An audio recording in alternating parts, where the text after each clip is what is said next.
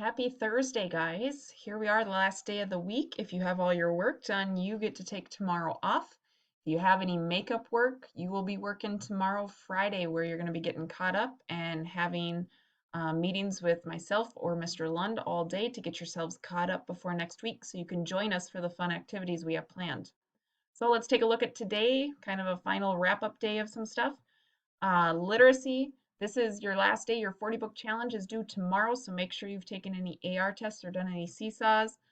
Some of you have turned in some seesaws lately. Go back and double check, make sure that we commented on them. I know a few we've asked for some more details. The rest of us, refugee group, you are moving on to IXL D2 and you're going to get up to a 70. The rest of my groups, you guys are finishing vocabulary on compare and contrast.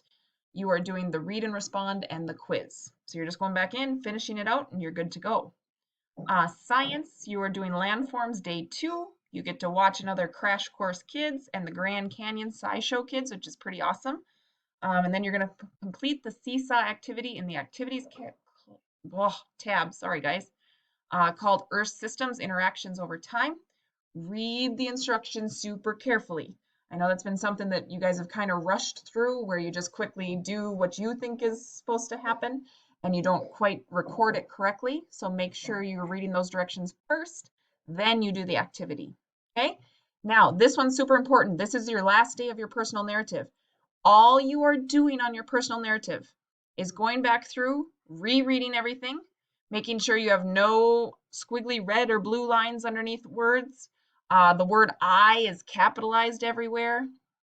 You have capitals, you have indents for each paragraph, and you are going to share it with your homeroom teacher.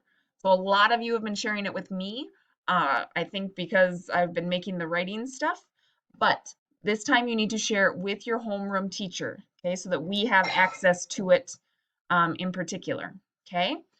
Then it looks like my class, you meet with Mr. Moeller at 9. Reach out for one-on-ones today. I know yesterday I sat in a one-on-one all day with a couple kids and some other kids came in and out. So let us know if you have work to get caught up on. That is what we are going to do today so that hopefully you can take tomorrow off. All right, guys, reach out, work super hard. You've been doing so awesome. We're very, very proud of you guys. Okay, keep working hard for us.